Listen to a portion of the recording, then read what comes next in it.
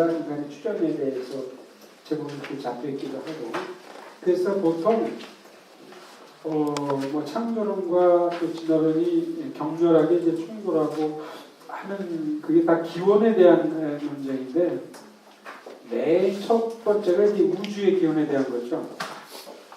그 다음이 이제 뭐 지구의 기원, 그 다음에 이제 생명의 기원 이런 것들, 그 다음에 뭐 인간의 출현 이렇게 되어 있는데, 요 앞부분 두 가지 우주와 지구에 대한 거는 그냥 제가 소개만 하고 설명 안 하겠습니다. 단지 요 내용은 33페이지 풋노트 89에 보시면 제임스 게릿이라는 침례교 신학자의 조신학 책을 제가 요약을 했습니다. 조금 설명을 붙이긴 했지만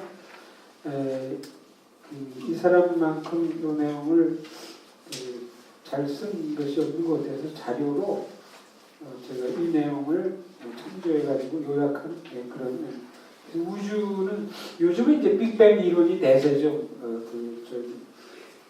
천문학에서 학자들이 그렇게 얘기해요. 이제 두 가지 딴 이론도 있고 한데 어쨌든 그런 거고, 지구의 형성에 대해서는 뭐 여러 가지 이제 이론이 많은데 얼마나 이제 많냐면 이제 기독교인들이 다 하는 건데 적어도 여기 12가지 이론, 지구의 현재 상태에 대해서 이렇게 지구가 시작돼 가지고 오늘날의 이러한 지질의 형태를 갖게 된 거기에 대해서 성경도 나오고 뭐 과학적 이론도 나오고 해가지고 한 12가지 이론이 복수적으로 이제 있다 뭐 이런 것들을 저희 신학자가 잘 설명했기 때문에 제가 그것을 거기에 소개를 해놨습니다. 참조만 하시면 되고요.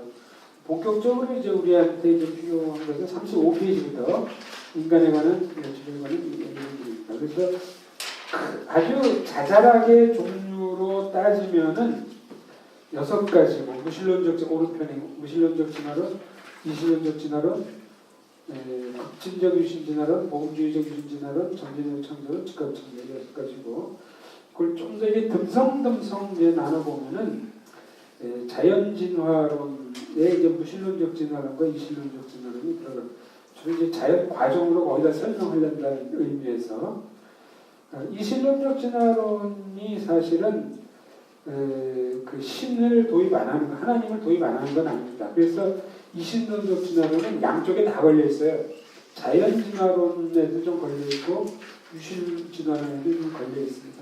이신론적 진화론은 어떤 입장이냐면은 무에서 유의 창조만은 받아들여요. 한 번. 그리고 나머지는 모든 것들이 전부 그 자체로서 자체 내의 인과관계로 모든 발전을 설명할 수 있다는 거죠. 그러니까 이신론이 그런 거잖아요. 하나님이 창조해주면 섭리는 안 하신다.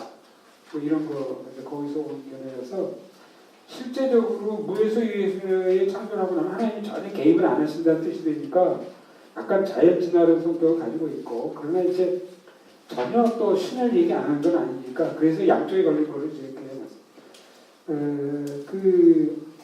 과학적 창조론은 즉각적 창조론이라는 명칭으로 이제 그렇게 얘기될 수 있고, 조금이라도 긴 시대를 인정하지 않기 때문에 제가 그냥 따로 이제 분류해서 이렇게 본 거고, 나머지는 뭐 진화론을 받아들이든 실제로 2번 점진적 창조론은 생물학적 진화론은 안 받아들이는 입장입니다.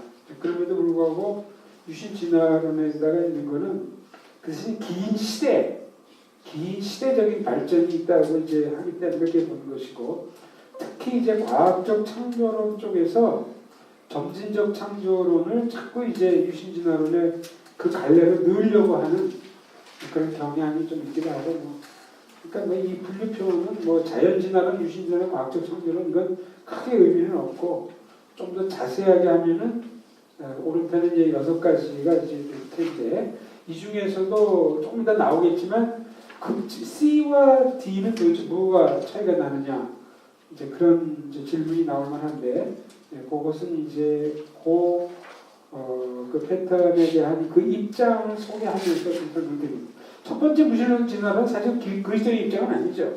무신론적이니까 단지 그 하나의 그 스펙트럼을 보여주고 각각의 스케일이 어떻게 이제 좀 달라지는지를 이제 점진적으로 보고 싶어가지고 가장 레디컬한 입장이라는 의미에서 이제 무신론적이고 뭐 즉각적 창조론이 말하자면 가장 보수적이다 뭐 그렇게 얘기할 수 있을지도 모르죠. 어쨌든 자 그러면 무신론적 진화론은 사실은 뭐 진화론이 이제 제일 많이 얘기되는 건 생물학적 진화론이잖아요. 그래서 여기 나온 사람들은 주로 이제 생명체에 이제 대한 것이긴 한데 이들을 이제 철학적으로 따지고 들어보면 이제 무신론을 이제 전제로 해서 하니까 그런 방식 붙였습니다.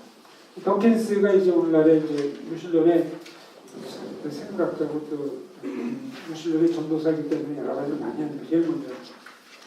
그 덕킨스는 이제 나이가 많죠. 41년생이니까 뭐 은퇴해야 될 나이도 은퇴하는 열심히 뛰는데. 우선 덕킨스는 무신론을 얘기하죠. 그래서 덕킨스가 어디서 무슨 논을 얘기하는지 또 그 진화론을 얘기하는지 뭐 그런 것들을 제가 그 문서상으로 설명을 해놨어요. 그냥 얘기하는 것보다 어디서 왔다는 그거를 밝히면 좋을 것 같아서. 그래서 하나는 그 소위 가딜루전에서 얘기한 거고, 그 다음에 이제 36페이지 다윈주의, 다윈의 진화론이죠. 이걸로 약간 이제 뭐 변경할지 모르지만 그래도 이걸 근본적으로 받아들인다는 의미에서 블라인드 와치메이커 그 책에서 나오는 거죠. 데니엘 다윈의 두 번째 사람은 이 사람은 철학자입니다. 철학자에서 이제 물론 이론론자죠. 그리고 영혼 같은 것은 전부 다 축소, 환원할 수 있고 뭐 이런 식의 입장이고 그 도킨스만큼 많이 이렇게 알려져 있지 않지만 이 사람도 상당히 그 반기독교적이고 기독교 공격적인 뭐 이런 면모가 많이 드러나는데 거기도 이제 그 사람이 쓴 책 중에서 이제 Darwin's Dangerous Idea 그 책에서 인용하는 겁니다. 그래서 다인주의 이론은 과학적 이론이고 그것도 굉장한 과학 이론이다. 이게 이제 다인의 생물학적 신을 안 받아들인 사람들은 도대체 무슨 말도 안 되는 얘기를 하냐는 얘기를 했지만 어쨌든 또 그렇겠죠. 그 얘기를 해요.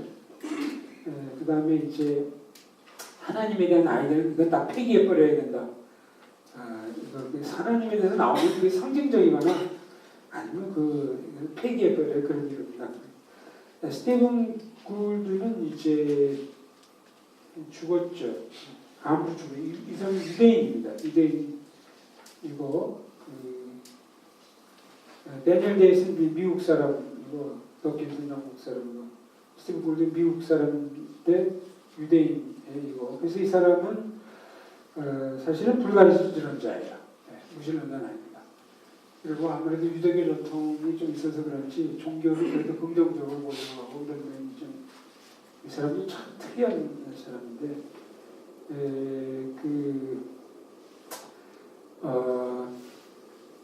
이 스티븐 골드는 그 전통적인 그 진화론 내에서도 이제 반기를 들었다고까지 할 수는 없지만 이제 자기 나름대로 이론을 만들어냈죠. 그게 이제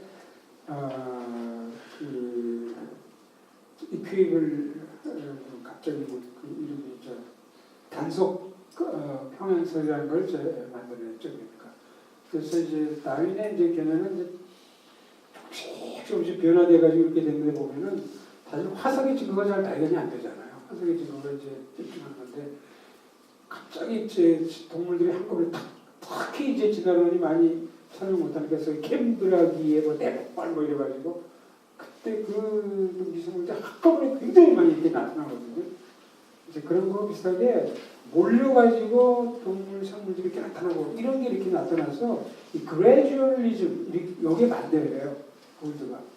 그래가지고 이제 punctuated equilibrium 이런 이론을 이제 만들어내는데 이걸 또 창조론자는 기회가 이때다 해가지고 이건 진화론자의 약점을 인정해가지고 창조론을 좀 더 뭐 이쪽 와서 기회다 얘기하는데 굴들은 전혀 그런 건 아닙니다. 그 안에서 이제 집안 싸움이지 이게 무슨 창조론자들에게도 유리한 입장을 주어도 그런 건 아니에요. 그래서 70몇 년도에 이제 굴드가 그 이론을 발표해가지고 이제 서로 좀 티격태격하고 이제 했는데 지금은 이것도 수용해가지고 같이 주장을 하는 것 같아요. 우리나라 진화론자들은 굴드의 그런 이론을 해가지고. 어쨌든 그래서 그 굴드는 어떻게 얘기했냐면은 말하자면 한국과 신앙의 패턴을 따진다면 병행론을 주장했습니다. 병행론. 그래서 그 삐버 보세요. 진화론의 과학적인 로마 카톨릭의 변화를 이제 기초하고 있다. 그래서 로마 카톨릭에서 하는 것을 자기들이 이제 지지한다 했는데 그 노마라는 말을 썼는데 이게 non-overlapping magistralia. magistralia는 교황청에서 발표하는 그 교령 이런 걸 갖다가 magistralia라고 얘기하죠. 근데 그것은 종교와 과학은 각각 다른 영역을 하고 있는 것이다. 그래서 과학에서 무슨 얘기나 발표가 나오든 종교가 뭐 그게 상관없고 없다. 약간 좀 이런 식의 이제 글들을 이제 발표를 이제 그런 걸 했는데 바로 그러면서 진화론의 정당성을 인정을 했죠. 초창기에는 캐톨릭도 좀 안 하는 척 하다가 나중에 그렇게 했어요. 그 로마 캐톨릭은 공식적으로 그 진화론을 인정을 합니다. 그게 로마 캐톨릭 공식 입장이에요. 그 로마 캐톨릭이 개신교 보수주의 개신교보다 앞장섰죠. 그런 면에서 진화론도 인정을 하고 성경 뭐 비평도 인정을 하고 이제 그래서 그걸 기뻐하면서 이제 쓴 이제 글이 있는데 거기서 인정합니다. 또 그냥 이제 무신론적인 것이고 그다음에 이제 이신론적 진화론도 크게 의미심장할 바는 없습니다. 그래서 이것은 37페이지 보시면 이신론과 자연진화론의 이제 결합이다. 그래서 그러니까 최초의 무에서 유의 창조 요것만 인정하고 나머지는 전부 이제 긴 자연적인 그 인과관계 과정이죠. 진화의 과정으로 이렇게 이제 보는 거죠. 그래서 이신론이 창조만 인정하고 섭리 개입하는 거 하나님이 기적적 개입을 인정하지 기적도 인정하지 않고 하는 거 이제 거기로부터 이제 이신론이라는 말을 이제 빌려가지고 이 이신론적 진화론이요 사실은 몇 년 전까지는 이게 용어가 아니었어요. 최근 몇 년 사이에 아예 용어로 둔갑을 했더라고요. 그 전에는 한 2002년도인가에 노먼 가이슬러라는 사람이 자기의 그 백과사전 그러니까 아폴로제틱스 백과사전이 있는데 변증학 백과사전을 썼는데 거기에서 제가 처음 읽었었는데 이제는 이게 이신론 진화론이라는 말이 이제는 용어를 자기가 잡았더라고요. 다 이 말을 쓰고 있어요. 그래서 이렇게 하면은 첫 번째만 창조 하나님의 개입이 있고 무에서 유 나머지는 완전히 이제 자연적인 이제 그런 거죠. 근데 그게 이제 아주 오래 전에 영국에서 어떤 사람이 이제 스코틀랜드에서 발행한 이론인데 뭐 그런 거. 오늘날에는 이제 이안 바버가 이제 죽었는데 이안 바버는 그 개신교면서 아마 이 기독교계의 과학과 신앙과의 그 관계 유형 이것들에 천착한 집요하게 천착하고 여러 가 있었고 이걸 또 처음으로 이걸 많이 쓴 그런 사람일 거예요. 이안 바버는 그 과학과 신앙과의 관계가 뭐 이게 공명하느냐 뭐 하느냐 이런 걸 많이 쓴 사람이에요. 그 최초로 책도 이제 이런 거에서 처음 쓰고 이제 한 사람인데 어쨌든 뭐 그래서 이것은 뭐 그 이제 이신론 자체를 우리가 받아들이지 않기 때문에 기독교인들이면은 이런 입장을 받는 사람이 그렇게 많지는 않습니다. 자, 유신 진화론으로 넘어가 보죠. 근데 유신 진화론이 그 하도 의미가 다양하게 사용되기 때문에 그 유신 진화론에 대해서는 제가 그 서론적 안내라는 걸 거기 했어요. 자, 유신 진화론에 대한 거. 유신 진화론은 하나님께서 진화의 과정을 사용하셔서 생물의 다양성과 인간까지도 인간의 출현을 일으키시는 입장이다. 이 입장은 자연 과정 가운데 최소 2개의 신적 개입이 최소예요. 그러니까 두 개가 뭐냐? 무에서 유의 창조. 요것만 인정하면은 이신론적 진화론이 되는 거죠. 근데 요거 인정하고 생명이 만들어질 때, 무기물에서 유기물이 될 때, 그때 개입하셨다는 거예요. 사실 요게 지금 생물학 이론에서는 이제 화학진화론이라고 얘기하는데 여러 가지 가설을 내서 하는데 생물학자 자신도 그걸 못 받아들여요. 너무 이제 가설 성격이 너무 많아가지고 이게 생기려면 뭐 이상한 프로테인 축 같은 게 이렇게 됐다가 뭐가 어떻게 되고 어떻게 되고 5단계를 거쳐가지고 무슨 그런 생물이 됐고 그걸 실험실에서만 한다고 그러지만 실제로 생물학자들 자신을 안 받아들입니다. 그럼 생명체에 대한 질문이 계속 떠오를 거 아니에요. 그래서 이제 노벨상 한 사람이든가 DNA 한 사람 크릭이든가 이런 사람들이 어떤 이론을 냈냐면 아주 재미납니다. 생명이 지구에서 시작된 게 아니라는 거예요. 우주 어디서부터 왔다는 거죠. 이걸 팬스permia 이론이라고 해요. 팬스permia 이론. 스perm이라는 말은 원래 정충 이런 뜻이기도 하지만 씨라는 뜻도 생명이 씨라 이제 이거죠. 그래서 거기서부터 어디서부터 오늘 만든지 모르죠. 그러니까 이거 외계인을 인정하는 이제 그런 일. 이거를 그냥 공상과학 소설을 한 게 아니고 책을 썼어요, 이 사람이. 그 책을 이제 두 권인가 있는데 자세하게 쭉 읽어봤는데 완전히 과학적 이론으로 왜 설정해. 저는 물론 이제 그걸 상당히 많은 부분은 제가 잘 받아들이지 않지만 저는 이제 그 책을 접하기 전까지는 그냥 이런 것보다 그냥 공상과학 설정 이렇게 한 줄 알았는데 그게 아니에요. 완전히 학문적 이론을 썼어요. 두 번 정도, 그게 더 있는지 모르지만. 그래서 팬스permia 이론에 의하면 생명체는 딴 데서 왔다는 거죠. 근데 이 팬스permia 이론도 또 나눠져가지고 어떤 사람들은 우연히 생명이 떠돌다가 왔다는 이론이 있고 또 하나는 의도적으로 지구를 보냈다는 의론이 있어요. 이제 여기가 이제 물이 많고 이래가지고 이게 살아남을 확률이 많아서 예전에 프로미티우스라고 몇 년 전에 영화 나왔죠. 요즘 우리가 하도 인터스텔라만 많이 최근에 봐가지고 그러지만 프로미티우스라고 한 3, 4년 전에 나온 거 보셨죠. 그게 이제 그런 거예요. 여기서 이제 지구에서 생명체를 찾아서 이제 가는데 어떤 위성에 갔더니 거기 이상한 것들이 있어가지고 이제 봤더니 거기도 생명의 조상이 있던 자리가 아니고 그들이 창고 같은데요. 그래서 다시금 또 딴 데부터 떠난다 이런 건데 그러니까 이제 그 뜻이 그 임플리케이션이 뭐냐면은 무기체에서 생명이 이렇게 나오는 것이 생물학적으로 이제 하나님의 개입의 초자연적인 세력이나 외계에서 이걸 상정하지 않고 자연적으로 설명하려면 너무도 어려우니까 너무도 확률이 낮은 거예요. 그러니까 오죽하면 이제 팬스permia 이론이 나올 정도는 되겠냐는 거죠. 그래서 이제 첫째는 이제 무에서의 유해 창조를 인정하고 생명의 창조를 인정. 물론 이것이 최소의 이외 개입이기 때문에 그 이상의 신적 개입을 주장하는 입장들도 많이 있죠. 그러나 최소한 두 가지만 하면은 당신도 유신진화론의 캠프에 넣어주겠어. 이렇게 되는 거예요. 말하자면은. 그런데 유신진화론 가운데 또 그러니까 유신진화론 무에서의 창조 인정하고 생명의 창조 인정하고 그러면 유신진화론의 캠프에 넣을 수는 있지만 거기에도 지금 인간의 등장과 관련해서 두 부류가 있다는 것을 좀 생각을 해야 된다는 거죠. 그게 뭘까요? 38페이지. 그 두 부류가 지금 학문적으로 인정된 용어는 아닙니다. 임시적으로 제가 하나는 급진적 유신진화론이라고 얘기했고 또 하나는 복음주의적 유신진화론이라고 얘기했습니다. 그 이유는 둘째 부류는 이들의 신앙은 정말 복음주의적이에요. 성경의 말씀을 받아들이고 무효하다고 믿고 그런데 이제 유신진화론을 받아들이는 입장이고 급진적 유신진화론은 사실은 신학적으로 좀 리버럴한 사람들 그런 입장이에요. 그리고 또 한 가지 차이는 뭐냐 하냐면은 급진적 유신진화론은 영혼이 뇌로부터 진화했다고 보는 입장이에요.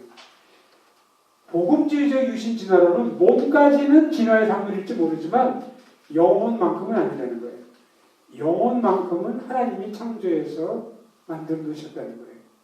그래서 신학적 경향상으로 볼 때 복음주의적 급진적이 나눠지고 영혼의 생성에 있어서 하나님의 방식에 있어서 나눠지기 때문에 제가 그걸 급진적이라는 말을 한편에 썼고 또 한편은 복음주의적이라는 말을 쓴 거죠. 그러니까 근데 이 용어는 지금 정착된 것은 이제 아닙니다.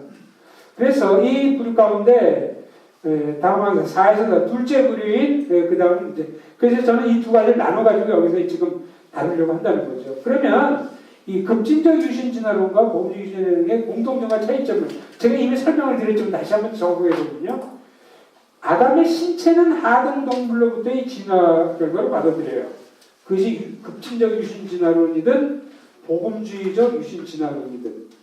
그런데 차이점은 영혼에 대한 거예요. 그러니까 영혼에 아까 말씀드린 것처럼 영혼이 아담의 영혼 역시 진화의産物이다. 이렇게 보면 급진적이에요. 즉 아담의 영혼은 아담의 뇌가 자연적으로 발전한 것이다.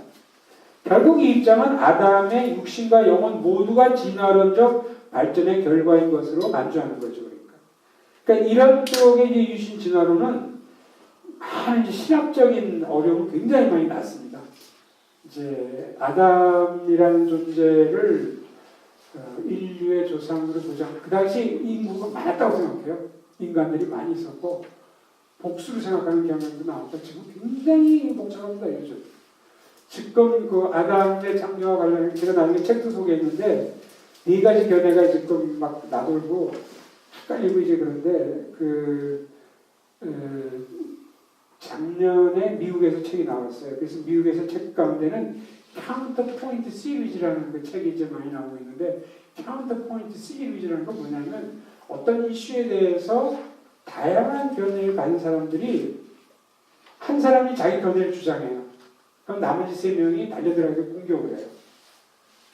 또 두 번째는 자기가 또 입장을 내고 나머지 3사람이 공격을 하고 이런 식으로 해가지고 다양한 입장들을 소개하고 이제 그런 이제 그 책이 나왔는데 줄 잡아서 한 60권 정도가 나온 것 같아요. 60권 이상 나왔을 거예요. 그래서 가장 거의 최근에 그 시리즈 중에 나온 것이 아담의 창조 문제. 그래서 거기 4가지 견해가 있습니다.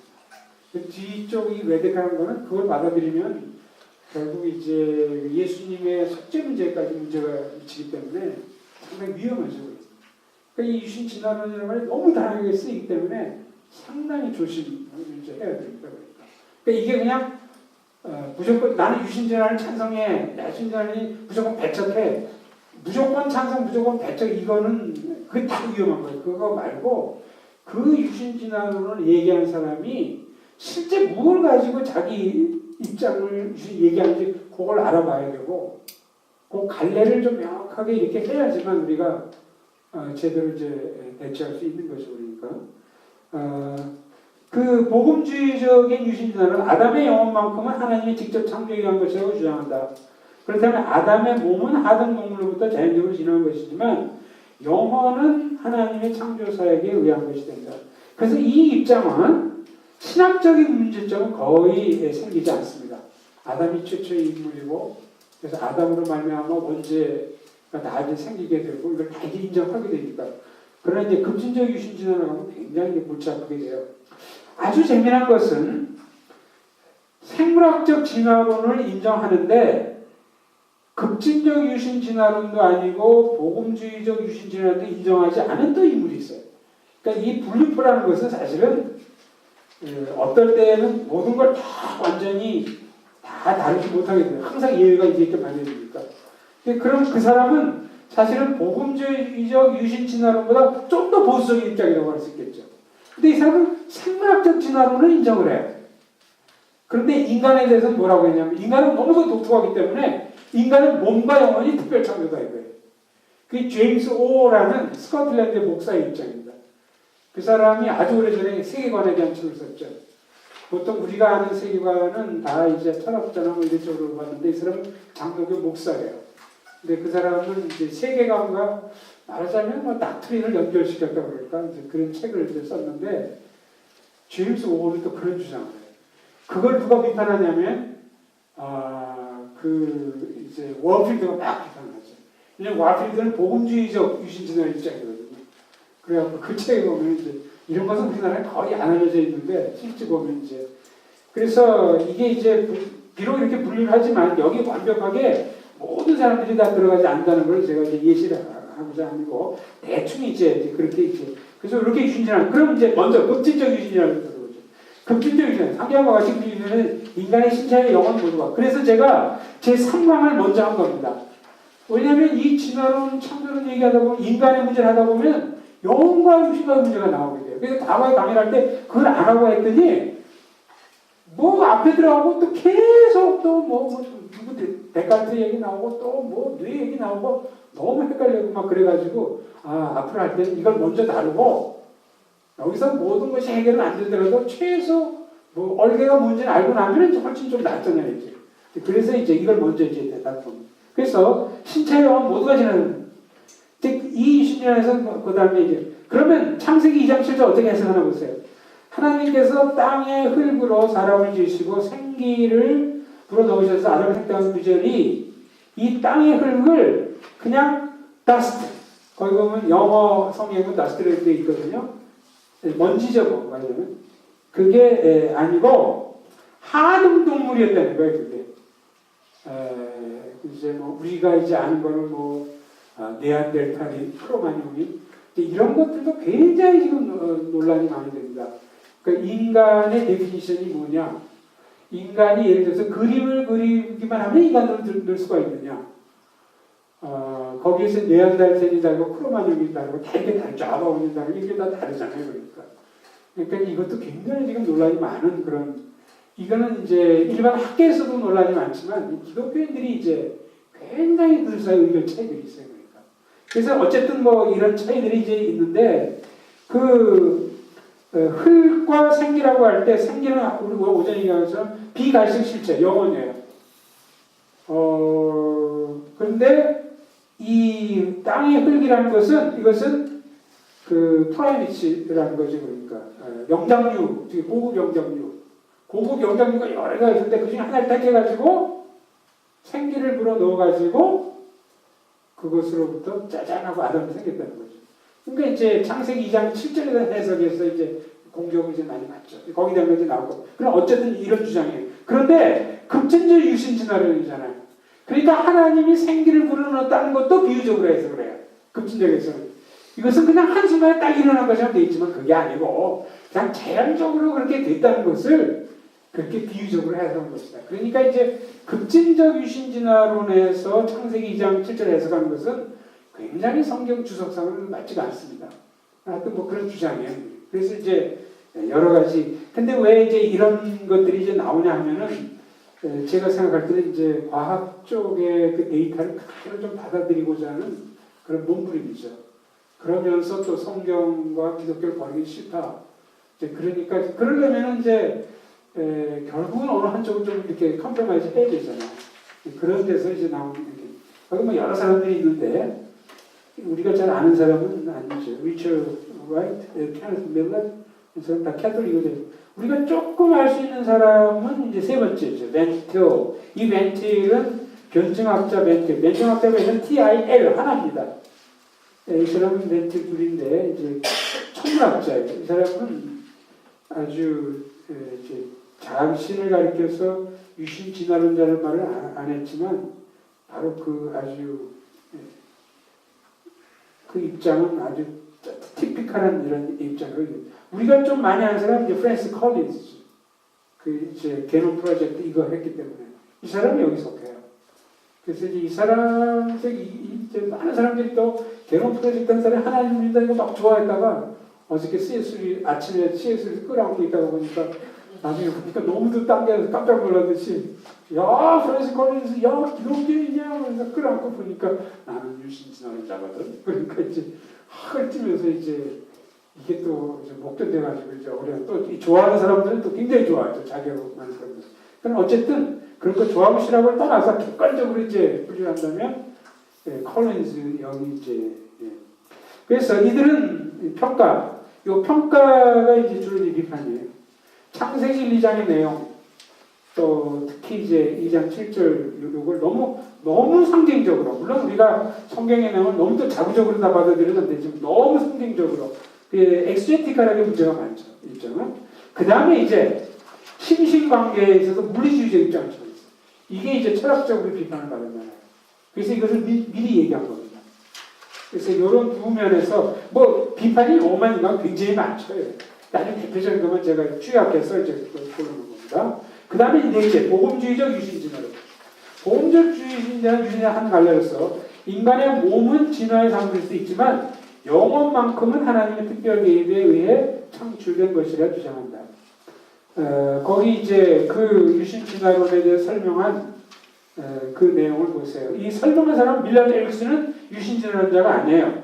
근데 그 사람의 조신학 책에 설명을 하는 거죠. 밀라드 에릭슨은 점진적 창조론자입니다. 밀라드 에릭슨은 왜 유명하냐면은 크리스찬 테올로지한 조신학 책을 썼기 때문에. 그러니까 20세기 말이죠. 말에 나온 조신학 책으로서 특별히 영미권에서 아주 탁월하게 영향을 많이 준 책이 웨인 그로덤의 그 조신학책하고 밀라드 에릭슨의 크리스찬 테올로지 조신학 책이에요. 밀라드 에릭슨은 베프티스트고 제너럴하게 복음주의자입니다. 보수주의자죠. 그리고 책을 참 잘 썼어요. 그 웨인 그로덤은 리폼 장로교 출신이긴 해요. 근데 이제 웨인 그로덤은 그러면서도 보통 아주 장로교의 그 아주 정통성을 주장하는 분들은 초자연적 의사가 이제 끝났다 이렇게 보는데 웨인 그로덤은 그렇게 생각 안 해요. 그래서 예언의 은사도 이제 아직 존재하고 그래서 웨인 그로덤은 웨스트민스터 신학교를 나오고 했는데도 불구하고 그 비니아드 운동에도 이제 가세를 했고 조금 그 리폼하고 맞지 않는 얘기를 몇 가지 했고요. 정치상도 그렇고 그렇긴 한데 대체적으로 리폼 책인데 하여튼 웨인 그로덤 책이 상당히 이것도 잘 쓴 책이고 밀라드 에릭슨이 또 역시 복음주의자로서 또 침례교인이니까 엄청 이제 영향을 많이 미친 책이죠. 그래서 밀라드 에릭슨이 여기서 이걸 해놓으니까 복음적 유신론자 이런 뜻은 아닙니다. 밀라드 에릭슨 책에 여기 나와 있다는 거예요. 밀라드 에릭슨은 조금 이따 보면 알지만 점진적 창조론자예요. 그래서 밀라드 에릭슨 설명 봅시다. 하나님께서 최초 인간을 창조하셨는데 그렇게 하심에 있어서 기존의 피조물을 사용하셨다. 하나님께서는 인간의 영혼을 창조하셨다. 그러니까 영혼은 진화의 산물이 아니라는 거죠. 이 복음주의자는 영혼은 창조예요. 영혼은 창조입니다. 그것을 고등한 영장류 가운데 하나에 주입시킴으로써 여기 나오죠. 고등한 영장. 이 고등한 영장류가 뭔지는 모르죠. 주입시킴으로써 이 피조물이 최초의 인간으로 변화하도록 하셨다. 그리하여 하나님께서 아담의 영적 본성을 창조한 것이지만 그의 신체적 본성은 진화 과정의 산물이었다. 이게 이제 복음주의 유신론입니다. 그러니까 이들의 해석이 결국 이제 창세기 2장 7절에 이제 다 이제 쏠려 있는데 그렇다면 요 복음주의적 유신 진화론자들은 창세기 2장 7절의 흐름을 문자적으로 나스트로 해석하지 않고 유인원 또 하이 프라이미츠 이걸 상징하는 표현으로 보는데 그렇다면 하나님께서 진화 과정 중에 있던 여러 유인원들 가운데 어느 하나를 택하여 생기를 불어넣으심으로써 아담을 창조했다는 뜻이다. 이것이 이제 근데 여기에 예상외로 많은 사람들이 여기 관련되어 있습니다. 이게 저도 처음에 굉장히 많이 놀랐죠. 대체적으로 영국의 복음주의자들이 거의 유신진화론자들, 존 스타트를 포함해가지고 패커도 그래요. 패커는 상당히 리폼도 입장이고 한데도 패커도 유신진화론. 패커가 내가 유신진화론을 다 믿는데 이렇게 말을 안 했고 영국에서 이제 한때 앵글리칸의 복음주의가 뭐냐 할 때 요걸 믿으면 복음주의자냐 아니냐 이런 논란이 있었을 때 진화론을 받아들일 것 자체가 복음주의자의 자격 탈락은 아니다. 그렇게 얘기하면서 만약에 그렇다면은 그 와필드도 복음주의자가 아닐 것이다. 이렇게 얘기했어요. 그래서 워필드에 그걸 있어요. 워필드가 이제 성경 무호성을 주장하면서 유신진화를 또 한 사람들. 거기에다가 이제 가르치고 있는데 여기 이제 워필드를 제일 먼저 제가 인용한 이유가 그랬어요. 이 사람이 원조고. 그러나 어거스트 스트롱도 보수주의한데 침례교예요. 근데 이 사람은 워필드와 무관하게 또 이런 입장을 주장을 했어요. 거기 이제 이런 걸 여러분이 혹시 더 여기 나와 있는 그 풋노트에 나와 있는 것들은 여러분이 혹시 더 관심 있으시면 찾아보시든지 하도록 해서 이제 자료를 만든 겁니다. 그리고 이것들은 아주 전문적인 건 없고 대체로 이제 필요한 것이니까. 그래서 그 스트롱이라는 사람이 이제 침례교인데 침례교로서 또 이 입장을 주장했죠. 패커에 대해서는 아까 얘기한 것처럼 자신이 복음주의자인데 워필더 같은 입장이다. 그렇게 얘기하고 또 이 패커의 입장을 또 누가 또 동조하냐면 맥그레트가 또 동조해요. 맥그레트는 요즘 이제 뜨는 사람이잖아요. 앨리스터 맥그레트. 지금 책을 뭐 무시하게 많이 썼죠. 독재 세대니까 한 50권 이상 더 썼을 거예요. 엄청 많이 써요. 이 사람은 원래 분자 생물학 하다가 무신론자였다가 옥스퍼드에서 이제 아이비를 통해서 연화되고 분자 생물학회에서 하기는 났는데 실험 못하고 그동안에 이제 신학을 공부해가지고 이제 양쪽 공부를 다 한 사람이죠. 그래서 맥그레트도 좀 뛰어난 그런 학자고 뭐 그런 분인데 맥그레트는 이제 자기 패커 입장을 동의한다. 또 이렇게 얘기하는. 또 패커에 대한 전기를 썼잖아요. 맥그레트가. 그래가지고 그 다음에 존 스타트는 아주 또 독립적으로 또 거기서 나옵니다. 그래서 107줄 보면은 Understand the Bible인데 이게 성서윤회에서 1970년에 걸 이게 한국의 성서윤회 번역을 했어요. 근데 한국의 성서윤회에서 우리는 워낙 인스탄테이니어스 즉각적 창조서를 다 받아요. 저는 현재는 이제 점진적 창조론 쪽으로 좀 기울어 있어요. 네, 저는 유신진화론은 이제 진화론이 갖는 난점들이기 때문에 완전히 제가 동의는 이제 못하고 그래서 근데 이제 유신진화론자들이 많이 관심을 갖지만 저는 근데 또 점진적 창조론에도 좀 어려움이 있어요. 그러니까 뭐 이게 참 어느 하나를 딱 하기가 참 힘든 그런 상황이긴 한데 그쪽으로 좀 많이 이렇게 이제 기울어져 있는데 한국은 저도 최초에는 우리나라의 이제 창조과학의 입장이 들어온 게 1980년도거든요. 민족 대성회 할 때 그때 헨리 모리스가 이제 오고 김주건 목사님이 이제 그때 뭐 과학자들 목사들 불러가지고 회의하면서 그때 처음 시작됐어요. 그 전까지는 우리가 창조과학을 그걸 몰랐죠. 80년대 시작됐습니다. 근데 그 전까지는 저도 이제 그런 줄 이제 알고 있다가 이제 책들을 보면서 이제 그렇게 했는데 이 존 스타트의 책을 우리나라 목사들이 번역하면서 그 최낙재 목사님이라는 분도 훌륭한 분이었는데 돌아가셨죠. 그걸 감당을 못한 거예요. 그래서 그걸 빼고 번역을 했어요. 그걸 빼버렸어요. 그 존 스타트가 20년 주장을 그거를 진숙위원회에다 했다 한 걸 빼버렸어요. 그러니까 그 정도로 이제 견디기 힘든 거죠. 게다가 이제 로마서 주석이 존 스타트가 또 유명하잖아요. 근데 그걸 번역한 사람이 정옥배라는 사람인데 제가 잘 알아요. 외대 스페인어과 출신이고 거기서 예수 믿고 IBF에서 예수 믿고 남편도 다 알고 굉장히 똑똑하고 이제 번역도 잘하고 한 사람인데 이 사람이 존 스타트의 이론 이 사람은 신학적인 게 아니고 그 내용을 이해를 잘 못했어요.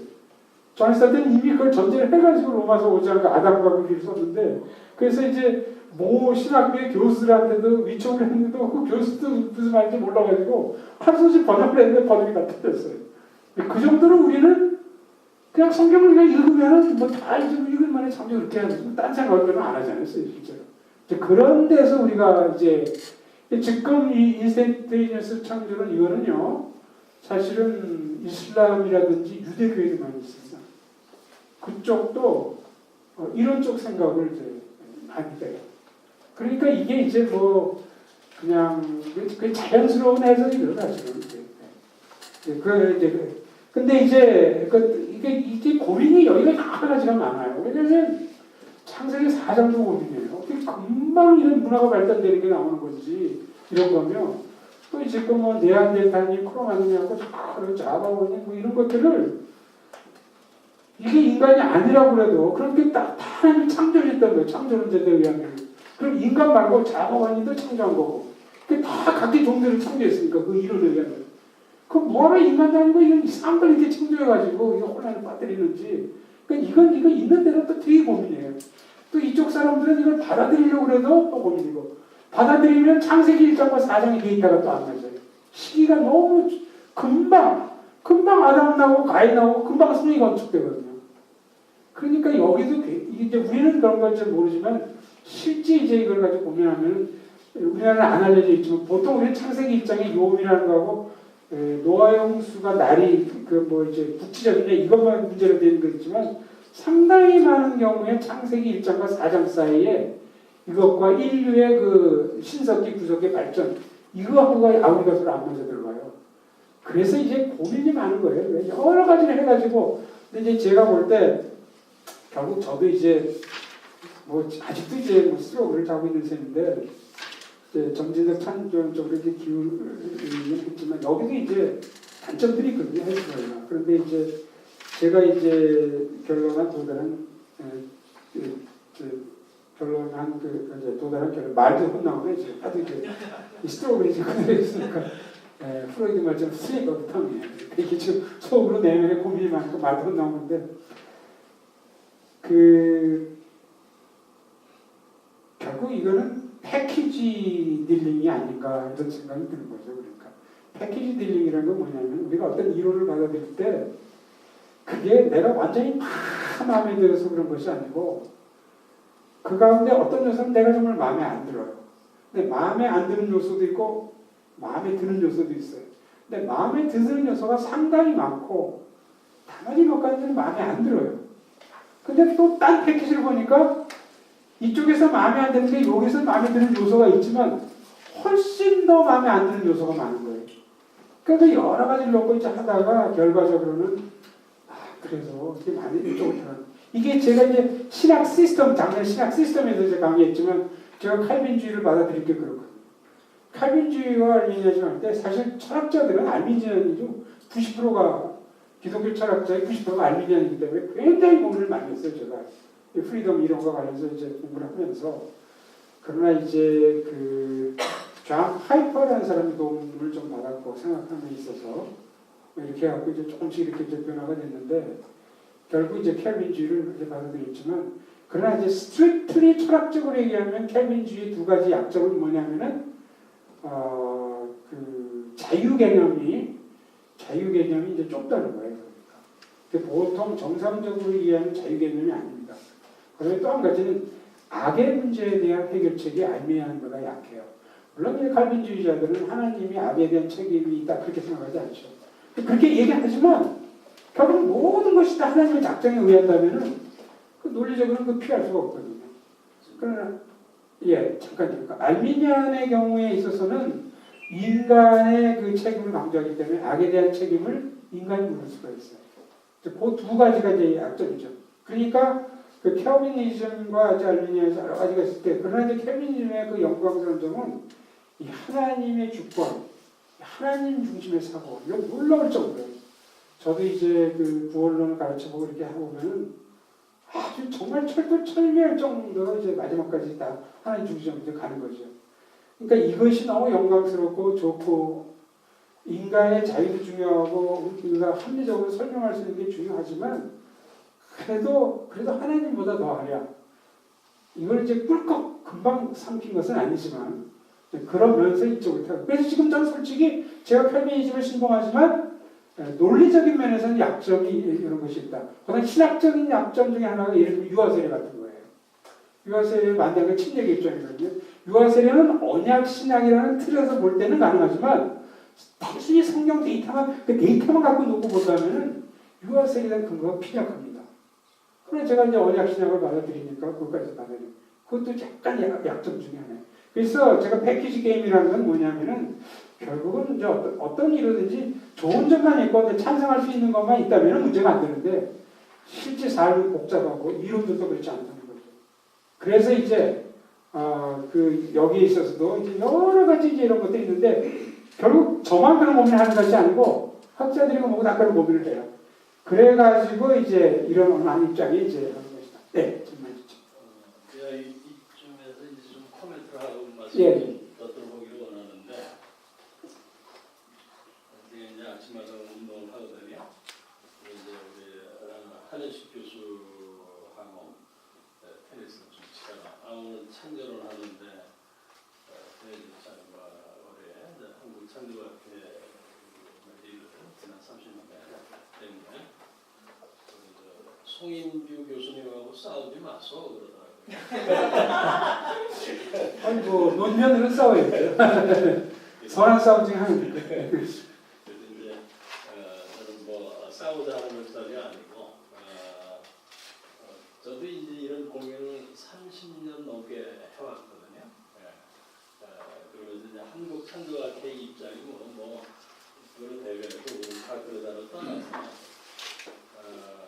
이제 이제 이런 것들이 이제 뭐 어쨌든 이제 과학이 더 발달하면은 아마 더 클리어하게 나타날 수 있는 그런 게 될 거예요. 그리고 또 여태까지 이제 진화론에서 주장한 것들이 어디까지나 사실이고 어디까지나 어느 만큼이 좀 폴스인가 하는 그런 부분에 대해서 아마 대다수는 잘 모를 거예요. 그죠?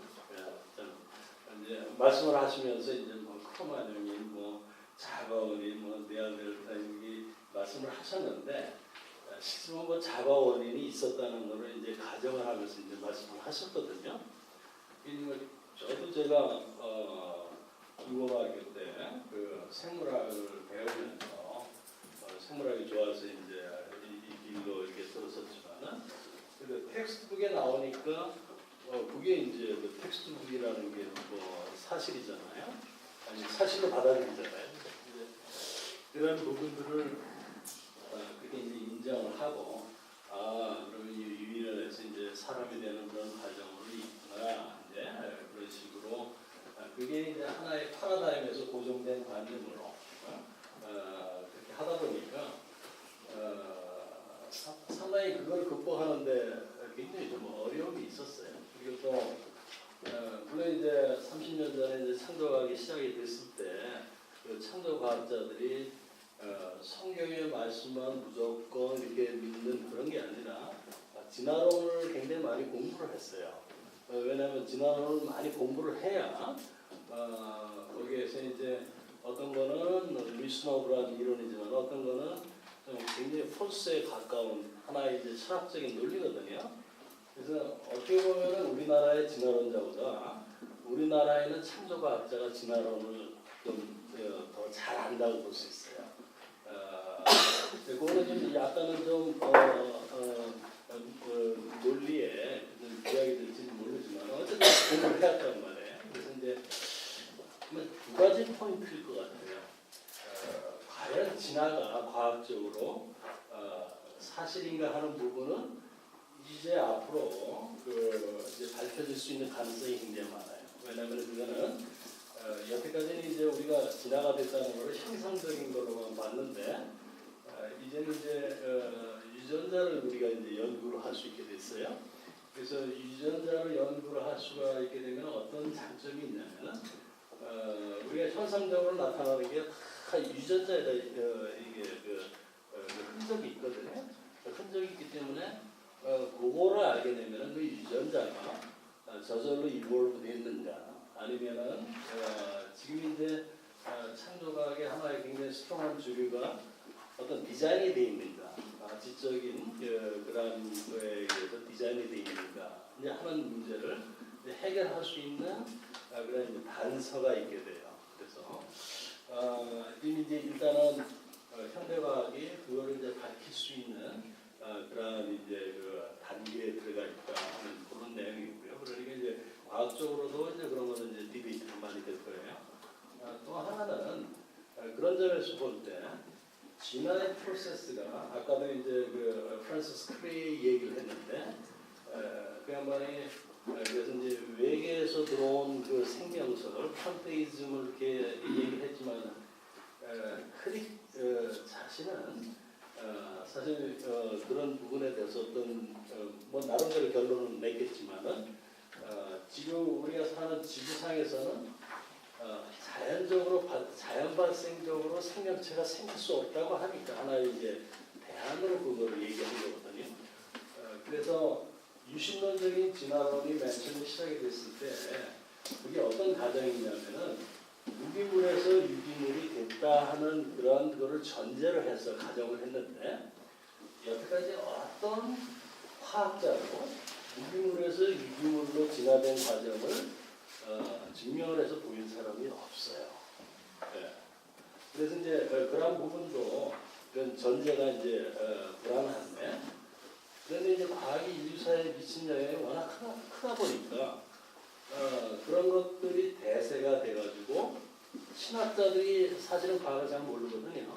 그러니까 이제 이거를 이제 받아들이면서 성경에 있는 것을 합리화시키다 보니까 유신론적인 진화론이라든지 이제 그런 것들이 이제 나오게 된 배경이 됐거든요. 그런데 이제 제가 이제 하나만 예를 들어서 이거는 이제 앞으로 그 진화가 이제 분자 레벨에서 진화가 과연 가능한가 안 가능한가 하는 거에 대한 실증적인 얘기 때문에 그것만 좀 소개를 하고 이제 코멘트를 마치도록 하겠는데 몇 년 전에 미국에서 이제 한 그룹에서 굉장히 많은 돈을 빌려가지고 이제 한 30년 전에 리차드 더킨스가 셀피스 진 이기적인 유전자라는 그런 아주 유명한 책을 썼어요. 뭐 공상 소설 비슷하게 썼는데 거기서 주장한 거는 그런 유전자들이 어떤 건 더미한 유전자가 있고 어떤 건 셀피시한 유전자가 있어가지고 그 셀피시한 유전자가 더미한 유전자를 항상 이겨서 유전자의 그 산물인 좀 더 고동 동물들이 만들어졌다 하는 그런 스토리인데 그게 이제 젊은이들한테 굉장히 선풍적인 인기를 지난 30년 동안 해와서 젊은 아이들이 그런 더킨스의 그 이론에 빠져들면은 이제 자연적으로 창조에 대한 개념을 다 잊어버리게 되죠. 그랬는데 그래서 그거를 실험하고 싶어 했어요. 그래서 초파리에다가 이제 초파리가 이제 라이프 스팬이 한 5년 정도 되니까 초파리는 이제 6천 세대를 스타디를 했어요. 그거는 이제 네이처의 네이처에 실린 그 아티클이니까 6천 세대라고 하면은 이제 아담로부터 지금 세대를 이렇게 볼 때 30년을 잡아도 한 300세대가 안 돼요. 3,300, 9,000년 정도니까 그게 한 20대죠. 그러면 진화가 확실히 증거 있는 솔리드한 사실이라면은 그런 6천 세대 아주 우리 인류의 역사를 성경에서 말하는 거를 그대로 받아들이는 것보다 한 20배나 더 많은 그 스팬으로 오래 잡아가지고 6천 세대 동안 어떤 거기에 있는 유전자의 변화가 있겠는가 하는 것을 아주 여러 각도로 그거는 지금 이제 우리가 유전자를 다 예측하고 추측하고 스퀀싱하고 해서 알아낼 수 있거든요. 그래서 이제 페이퍼를 냈는데 결론은 어떤 변화도 그러니까 초파리 6천 세대를 실험을 해서 뭐 왕파리가 되고 똥파리가 되고 매미가 되고 뭐 나비가 되고 한 그런 그 초파리라는 종의 개념을 뛰어넘어서 다른 종을 만들어낸 에비던스는 전혀 없을 뿐더러 놀라운 것은 그 유전자가 굉장히 컨서브하다는 거예요. 아주 변화를 하지 않으려고 한다는 거예요. 물론 이제 그 가운데 뮤테이션을 워낙 시켰기 때문에 20% 내지 30%가 변이가 된 것들이 있어요. 그런데 그 변이가 어떤 그 이제 정량 진화설이라고 이제 여러분들 들어보셨죠? 어떤 방향을 향해서 나갔느냐? 거기에 대한 에비던스는 전혀 없어요.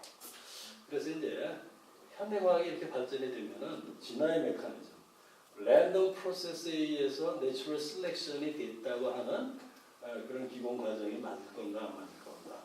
진화론자들 사이에서도 몰레큘러 바이올로지스트도 그건 다 부정을 해요. 그러면 진화론에서 아주 굉장히 주장하고 있는 기본적인 코어 개념이 좀 무너지고 있어요. 그걸 이제 다 받아들이거든요. 그래서 어떻게 보면은 지금 이제 우리가 과학에도 맞다리 되면 다른 파라다임 시프트가 일어나리라고 저는 개인적으로 생각을 해요. 그리고 진화론의 신화에 우리가 머무르게 되는 것은 이거 옳지 않다고 봐요. 그런 신화에 머무르게 되니까 신학도 거기에 맞춰가고 또 다른 학문도 거기에 맞춰가고 우리는 원숭이에서 왔다는 그런 거짓된 믿음을 우리 다음 세대도 계속 갖게 되거든요. 그래서 아마 그게 이제 우리 지금 우리가 살고 있는 이 시대에 과학자분들 사명이고 교육자들의 사명입니다. 그런 식으로 제가 지금 얘기가 좀 당황해서 미안하지만은 저는 진화가 안 되는 것이라고 이렇게 믿는 사람이에요. 그게 창조설이든지 뭐든지 I don't care 하지만 진화는 안 일어난다. 예, 감사합니다. 이제 제가 패키지 게임 얘기하다 보니까 그게 갔는데 그 존 스튜어트 다음에 그 데보라 하르츠만하고 로런 하르츠만은 현재 그 켈빈의 교수들입니다. 그리고 이분들이 아르진스 해가지고 번역했고 최근에 번역돼서 나왔죠.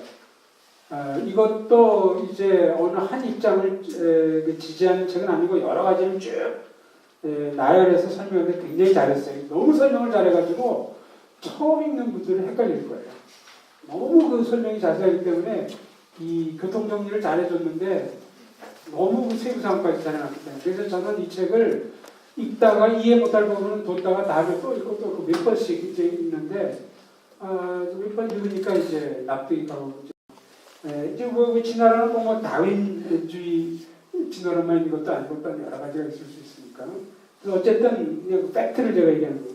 근데 이제 여기에 볼 때 복음주의적 유신 진화론에 이제 크게 이제 뭐 문제점이 많습니다 여기는. 근데 이제 그 첫 번째 이제 두 가지 문제점을 지적한다면 만약에 흙을 고등한 영장류로 해석한다면은 그럼 고등한 영장류에다가 생기를 불어넣어 가지고 아담을 만들었다는 뜻이잖아요.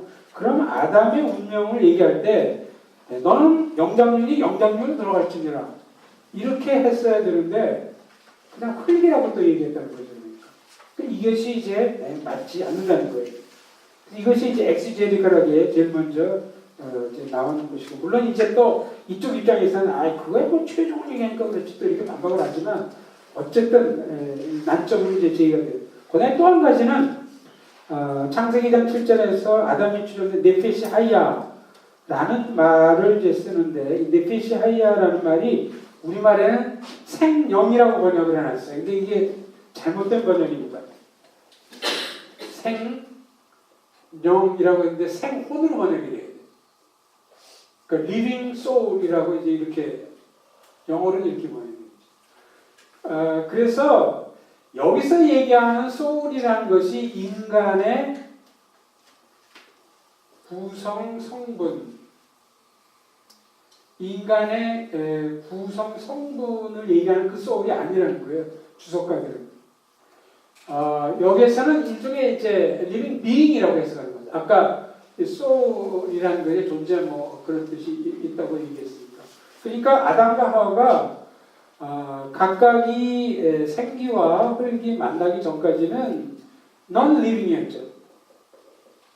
그 당시 존재하는 것은 생기를 제외하면 이제 그것이 뭐 흙으로 그렇게 이제 얘기하고 이렇게 할 수 있는데 그런데 이 과정을 통해서 살아있는 이런 존재가 되었다. 이렇게 이제 해석을 하거든요.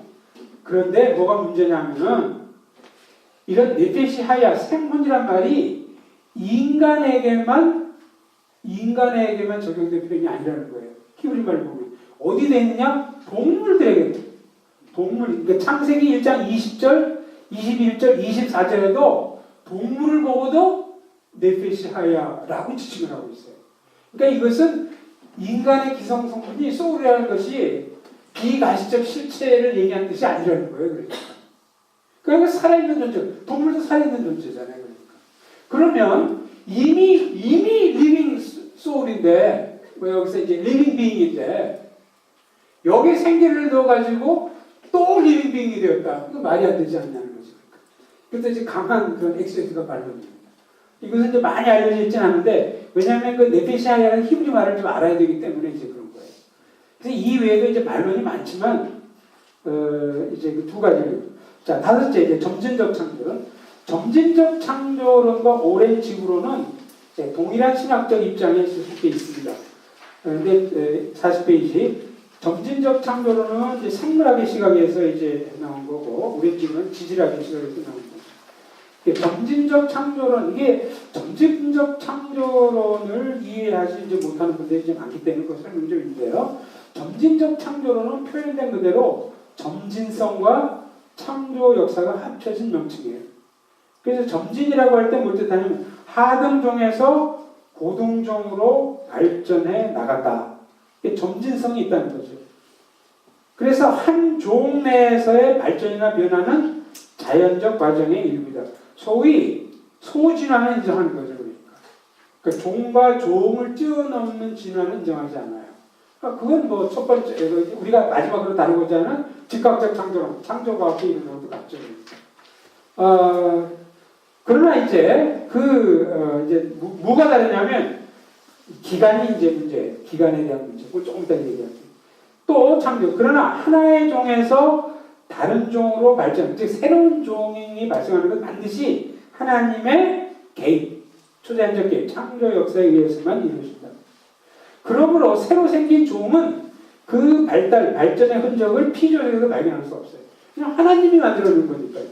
그러니까 화석을 찾을 수 없는 게 마땅하다는 거예요. 그러니까 뭐 사람과 뭐 원숭이와 뭐 사람 사이 그 중간 이런 것들 미생인가 많이 있잖아요. 이제 그 미생인가 있는 이유가 뭐냐? 그거는 자연에서 생성된 것이 아니고 하나님이 그때마다 창조를 해서 넣기 때문이다 이거예요. 그러니까 그 종을 창조했다는 것은 그 마지막 입장, 즉각적 창조론과 똑같습니다. 그리고 종 내에 변화가 있다는 거 이것도 똑같아요. 그럼 도대체 점진적 창조론하고 즉각적 창조론 뭐가 차이냐? 그러니까 공통적인 것은 이제 생물학적 진화를 안 받아들이는 거는 이제 공통적이죠. 근데 뭐가 차이가 나냐면 이런 거예요. 아주 쉽게 얘기하자면은 점진적 창조론은 분명 이제 하등 생물체로부터 고등 생물체로 이제 변화된 이제 그걸 이제 인정을 하는데 우선 즉각적 창조설이 우리가 이해하기가 쉬우니까 그걸 이제 염두에 둔다면 즉각적 창조설의 경우는 뭐 거기도 하등 동물도 있고 뭐 공동물도 있고 뭐 이렇게 식물도 있고 뭐 이렇게 있을 거 아니에요. 그럼 예를 들면 이건 다 유일의 창조가 됐기 때문에 각 종들이 형성될 때 시간적 차이가 별로 없어요. 기껏해야 유일해요. 근데 점진적 창조라면 유일이 아니라는 거죠. 이것과 이것 사이에 엄청나게 긴 시간이 있고 이것과 이것 사이에 또 엄청 거의 지질학적인 연대가 뭐 백악기 뭐 이런 식으로 해가지고 저도 그 지질학적인 다 기억을 못합니다. 이런 식으로 긴 기간이 있다는 거죠. 그러니까 각 종 내에서의 변화라는 것은 그러니까 한 종 사이에 소는 소, 말은 말, 그 스피시스를 이제 하나의 그 스피시를 본다면 그 안에 소진화가 있다는 것은 점진적 창조론이나 즉각 다 똑같이 인정을 해요. 왜냐면 이들은 다 생물학적 진화를 반대하기 때문에. 근데 단지 종과 종 사이가 생기는 이 기간이 굉장히 이게 길다라고 얘기하면 점진적 창조론이 되는 거고 이게 길어봤자 6일 사이나 일어난 일이다. 이렇게 얘기하면은 즉각적 창조론이 되는 거예요. 점진적 창조론에서는 생혼의 문제를 어떻게 보나요? 무슨 문제? 생혼이 동물이나 사람이나 다 어원을 보면 다 똑같. 그거는 뭐 아무 상관이 없죠. 그러니까 이제 문제를 보는지 아닌지. 물론 스페셜한 거로 보는 거죠. 똑같은 생혼을 받은 문제라는. 그러니까 그 이제 생혼이라고 얘기할 때는 말하자면 식물과 대조시켜가지고 동물이나 사람이 똑같다 이렇게 보는 거지 이것 자체가 같은 시기에 진화됐다 그 뜻을 얘기한다는 건 아니죠. 진화의 차이일 뿐이지 생혼의 문제를 보면 똑같은 건가요 역시? 그러니까 지금 생혼을 어떻게 해석하냐에 따라 다르다는 거죠. 식물과 대비되는 면에서 이 죽어있는 존재가 살아있는 존재가 되었다는 뜻에서는 성경에서는 짐승에 대해서도 생혼이라고 얘기하고 인간에 대해서 생혼이라고 얘기한다 그거죠. 그러니까 여기는 무슨 창조 진화의 문제가 얽혀있는 그런 이슈가 아니에요. 근데 이제 그 점진적 말씀일 때는 교수님 믿으시는 그쪽에서는 저 문제를 어떻게 보는지가 궁금했어요. 지금 제가 설명한 대로 보는 거죠. 그렇죠. 지금 제가 얘기한 대로 그러니까 다시 제가 말씀드릴게요. 보통 우리는 창세기 2장 7절에 의거해 가지고 아담이 이제 흙으로 생기를 만나 가지고 생령이 되었다 이렇게 번역이 되어 있는데 이게 생혼이라는 거죠. 네페시 하야라는 말이 하는 거죠. 근데 이게 우리는 꼭 인간에게만 해당되는 걸 자꾸 생각하기까지 지금까지. 그리고 이 혼이라는 걸 자꾸 인간의 구성 요소인 비가시적 실체로 설명하려는 이런 경향이 많았다는 거죠. 근데 히브리 자체의 말로 보면은 그게 아니라는 거예요. 이것은 동물에게도 해당됐다는 거예요. 아까 창세기 1장 20절, 24절에는 동물 놓고도 동물이 만들어졌을 때 너도 네페시 하야다 이렇게 얘기했다는 거죠. 그럼 이럴 때 네페시 하야는 영혼이라든가 비가 실제 이걸 얘기하는 게 아니고 식물과 대비해가지고 예를 들면 식물은 네페시 하야라는 말을 사용하지 않고 있거든요. 다른 동물과 사람을 가를 수 있는 기준은 뭘로 사용하죠? 그거는 이제 딴 거로 얘기해야죠. 예. 네페시 하야로 예전에 네페시 하야로 구분할 생각을 잘못 생각했다는 거죠. 그게 아니라는 거죠. 그래서 이건 뭐 스트릭트 창조 진화에 대한 문제는 아니에요. 물론 이거 설명하고 반박할 때 이게 사용되는 건 사실이지만 자 그러면 이제 결국 이제 이 문제입니다. 이제 이렇게 돼서 이 사이의 기간이 굉장히 길. 그러니까 이쪽에서는 6일에 이제 지구도 이때다 창조된 거죠. 우주도 이때다 창조되니까 점진적 즉각적 창조에 의하면. 그러나 이쪽에서는 이게 다 긴 거죠. 우주는 뭐 엄청나게 오래된 거고 지구도 또 엄청나게 다 이제 엄청나게 오래된 거니까 지질학적으로 얘기하면 이것이 올드 얼트가 되는 거고 이쪽은 영 얼트가 되는 거죠. 그래서 그런 이제 차이가 있는 거예요. 근데 이것이 이제 조금 더 이제 보시면요, 여기에 이제 그 이제 3번 보세요. 다시까지는 시간이 끝내야 되니까 창조에서 하나님께서 하나의 점진적 과정, 하나님께서 각 수준의 환경을 수립하고 있는 게 이렇게 해줍니다.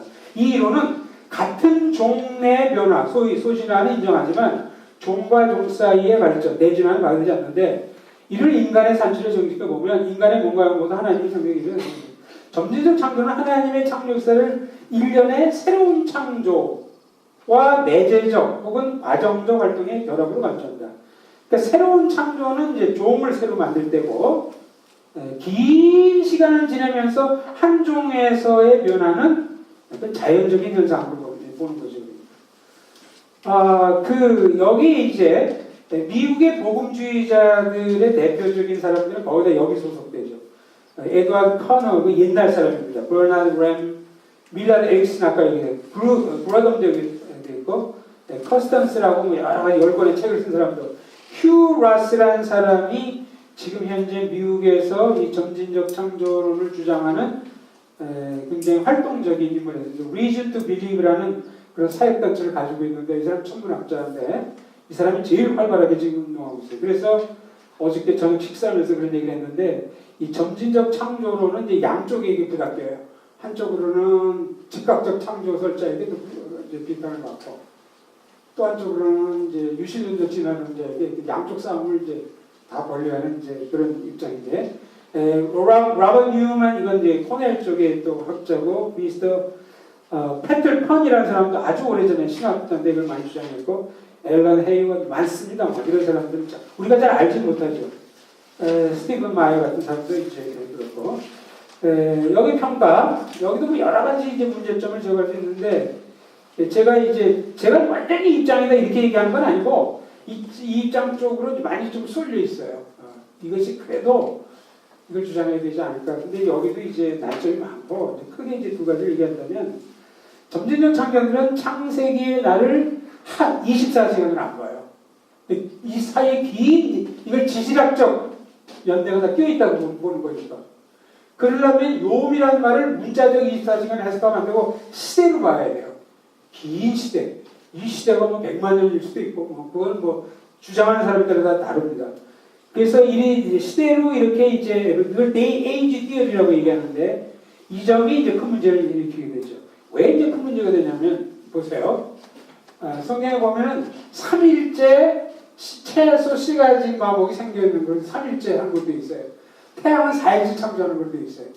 즉각적 창조론에 의하면은 하루 정도 태양이 없더라도 시가진 뭐 과목이 그냥 자라났다 그렇게 될 수 있잖아요. 기적적으로 태양이 없더라도. 근데 점진적 창조론에 의하면은 이 3일과 4일이라는 하루라는 게 몇백만 년이 계시되는 거니까 이 몇백만 년 동안 태양이 없이 시가진 과목과 채소와 이게 존재해야 돼요. 그럼 이거는 굉장히 받아들이기 힘들잖아요. 그러니까. 식물은 다 광합성 작용을 해야 되는 거고 광합성 작용은 태양이 없으면 안 되는데 태양이 없이 하루는 혹시 기적적으로 하나님 즉각적 창조론에도 이게 문제가 되지만 여기 하루이기 때문에 3일날 그 과일 식물 과수가 창조됐고 4일날 태양이 창조되니까 그러니까 이제 하루 정도는 괜찮지만 여기에 몇백 년 동안 태양이 없이 모든 식물들이 다 생성하고 씨를 맺고 일다고 해야 되거든요. 그러니까 이게 굉장히 큰 난점이죠. 그래서 이제 이쪽에서는 또 이제 뭐라고 얘기하냐면 사실 1일 내에 창조된 건데 첫날 빛을 창조됐다는 거예요. 그래서 해가 창조된 것을 얘기하는 것이 이제 아사라는 좀 마라라는 말하고 좀 히브리 말이 달라요. 그래서 그때 창조된 것이 이미 창조되어 다 있었는데 특히 인간이 인식할 때 뭐 넷째 날에 뭐 이렇게 드러났다 이렇게 또 해석을 하려고 하는 건 엑스제스까지 좀 어렵죠. 그러니까. 그래서 이게 이제 큰 난점 중에 하나입니다. 이 점진적 창조론자들에게. 그 다음에 이제 인간이 처음 출현한 시기와 창세기 4장의 문명의 진보사. 이거는 즉각적 창조론자에게도 어렵지만 또 이 점진적 창조론자에게도 이거 굉장히 이제 어려운 거예요. 그러니까. 그래서 그 신체 인류학에서는 인간이 지구상에 출현한 지 몇백만 년이 지난 적이 있다고 했는데 창세기 4장의 문명을 발달시키는 아무리 길게 잡아도 뭐 창세기 5장의 그 연대를 다 계산해도 5천 년밖에 안 되는데 이 시간적 차이를 이제 어떻게 설명할 거냐. 그러다 보면 또 여러 가지 또 이론들이 또 나오고 그러죠. 그래서 이 점진적 창조론도 이제 여러 가지 이제 문제점이 있지만 대표적인 두 가지.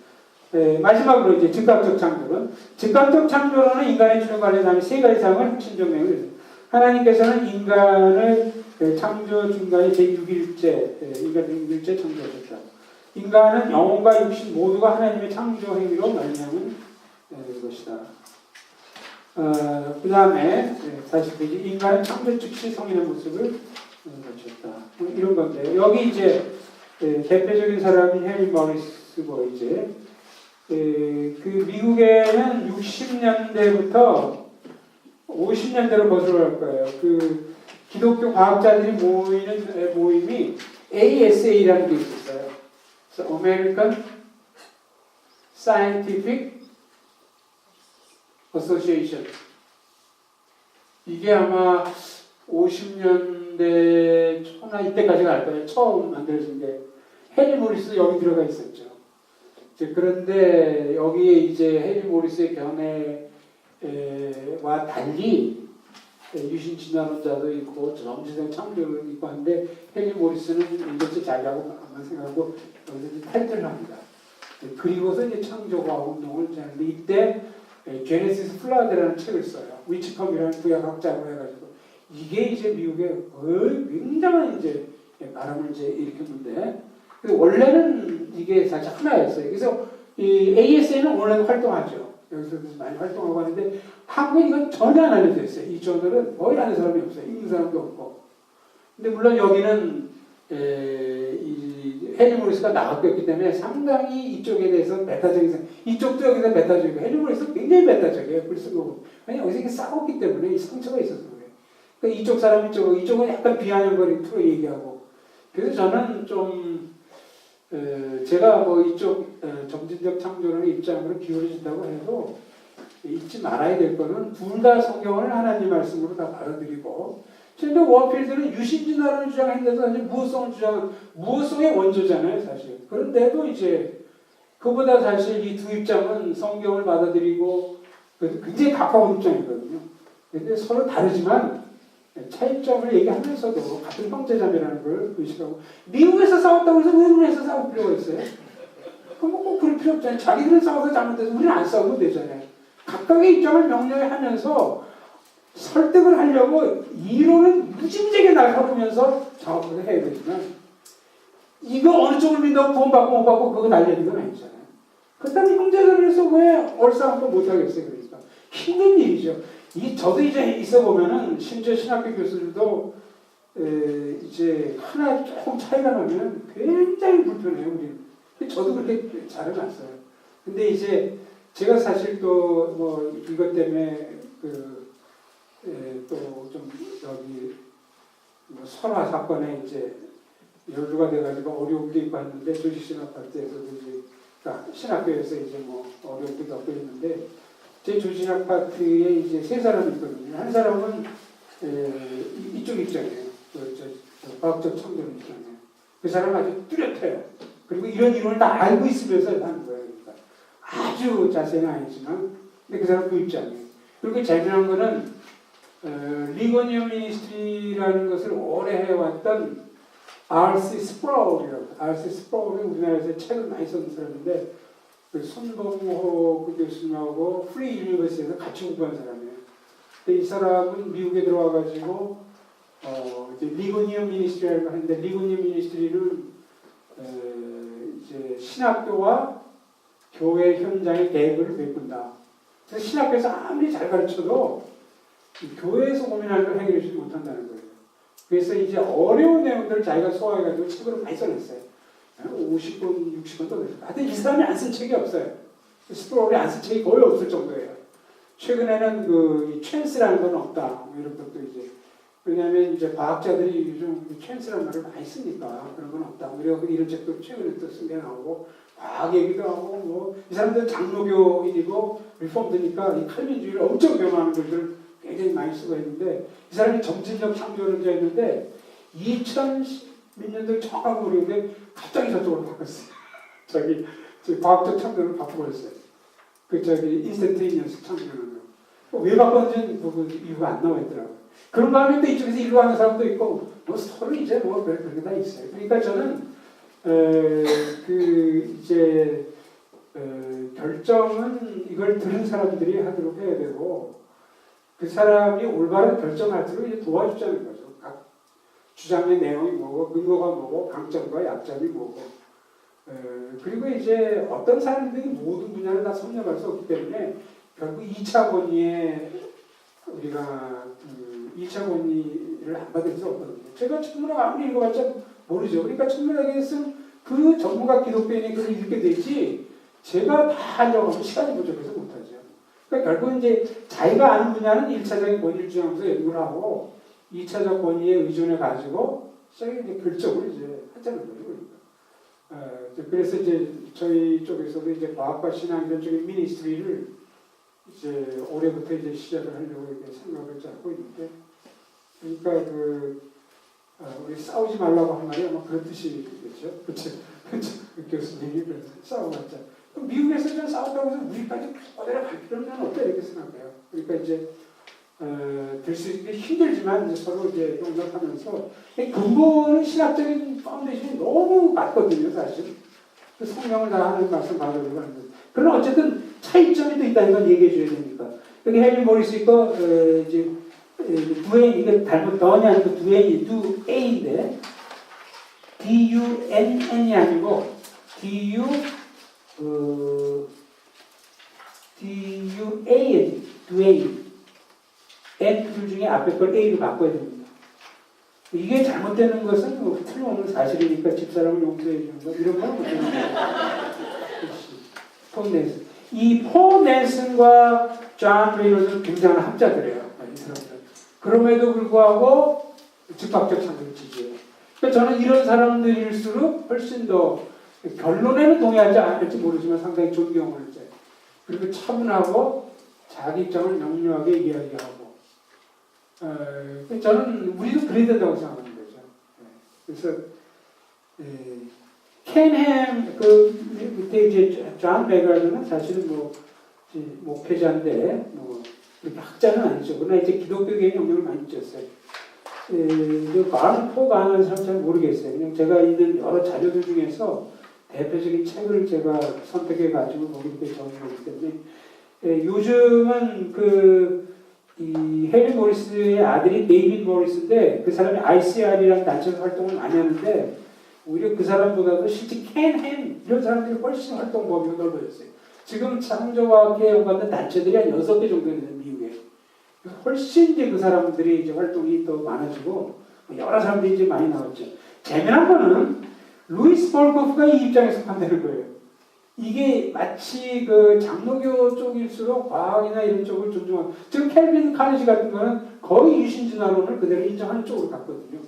루이스 볼코프는 이제 리폼드거든요. 바로 켈빈 카네지 다 같이 한 사람. 근데 이 사람은 특이해요. 이 사람은 그렇다고 완전히 요음을 잘 모른다고 얘기는 해요. 왜냐하면 태양이 4일째 창조됐기 때문에 태양이 창조되기 전에 그 요음이 정확하게 뭔지는 사실 안 나와 있거든요.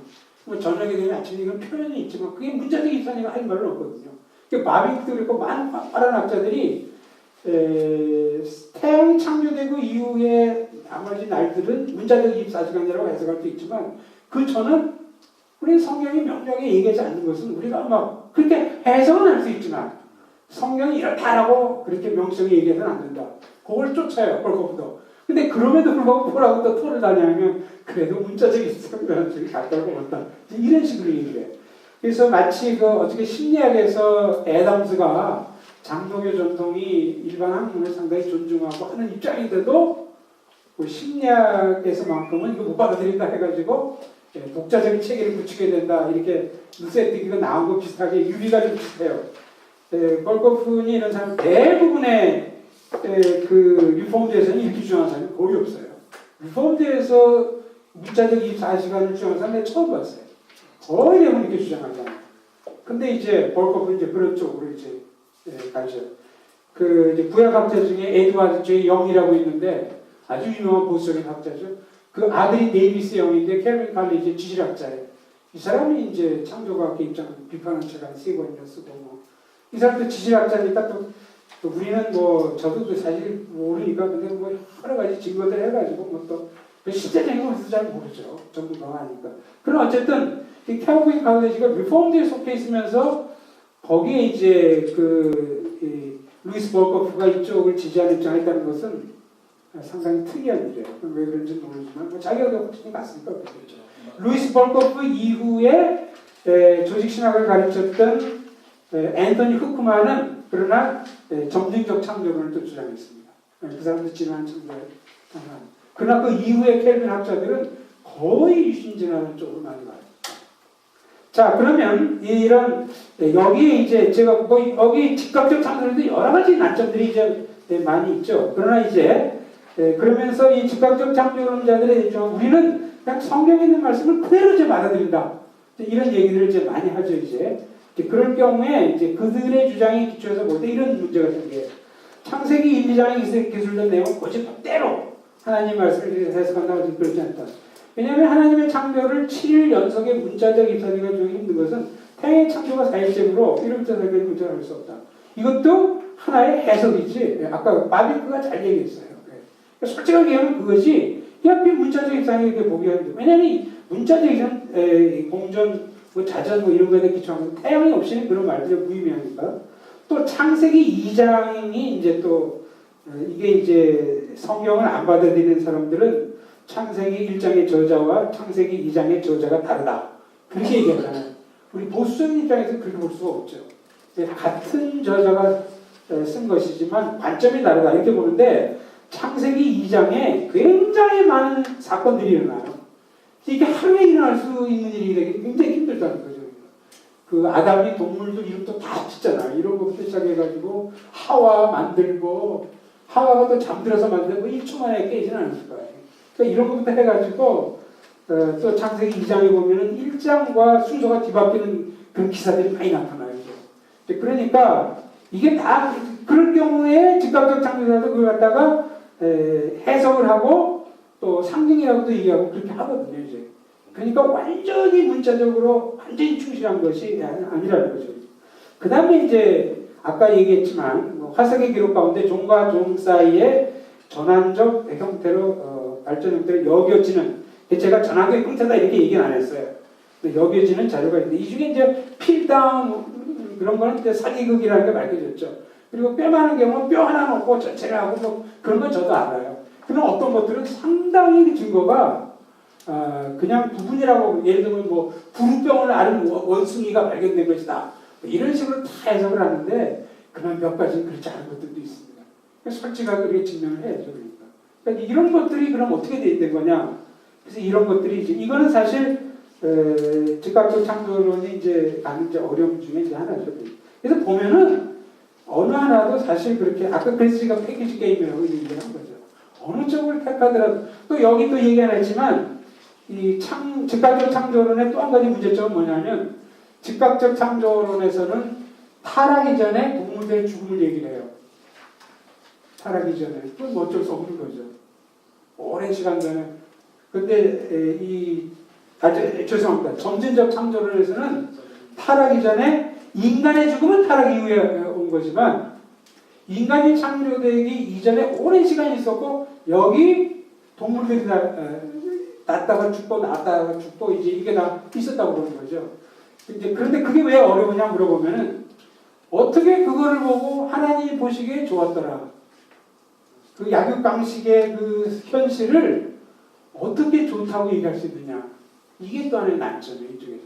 그래서 이제 원래 그 악의 문제가 보통 이 세상 재난, 또 인간의 악, 이런 거로만, 그 이제 신정론이라고, 띠아디스라고 해가지고, 또 신학이나 철학이 또 하나 분야인데, 이 창조 진화론이 오면서부터 이제는 이 애니멀 디스트럭션, 동물 죽는 것까지도 다 다르게 생겼어요. 그걸 해야지만 하나님이 이제 보시기에 좋았더라, 이걸 이제 해설하는 거예요. 그래서 거기에 이제 굉장히 그 난제들이 이렇게 이제 산적이 돼 있고, 그러니까 뭐 이제 그래서 이제 아까 제가 이제 패키지 게임 뭐 그런 용어를 쓴 겁니다. 그러니까 이제 뭐 저는 여기서 지금 제 입장이 그쪽으로 기울었다는 거지만 적어도 복음주의적 유신 진화론부터는 복음주의적인 입장을 가진 사람들이 선택할 수 있는 선택안이라고 보는 거죠. 물론 이것도 이제 뭐 반대하시면 할 수 없고, 왜냐하면 이제 뭐 존 스타트나 패커나 워필드 같은 사람은 신학자지만 아버지가 육정업자였고 아버지가 동물학에 대해 책을 2권 썼어요. 그리고 어렸을 때부터 계속 그 연구를 했어요. 워필드가 과학에 대해서 보통 그래서 워필드 그게 하나도 우리나라 소개가 안 됐는데 거기에 대한 연구를 굉장히 많이 했어요. 워필드가 워낙 어렵게 글을 쓰고 이제 그래서 영어로는 이제 되는데 이제 안 되는데 그러니까 이 워필드나 존 스타트나 이런 사람이 개입이 돼 있기 때문에 제가 그 입장을 찬성하지 않는다 할지라도 그들도 복음주의자에 넣어줘야지 않겠는가 그렇게 생각하는 거죠. 그래서 복음주의적인 유신 진화론 그리고 점진적 창조론 그리고 즉각적 창조론은 다 보수 입장에 넣어야 되는 거죠. 그러나 같은 보수적인 입장이라 하더라도 이제 제가 생각할 때는 사실은 즉각적 창조론하고 점진적 창조론이 조금 더 가깝다고 저는 생각하는 거죠.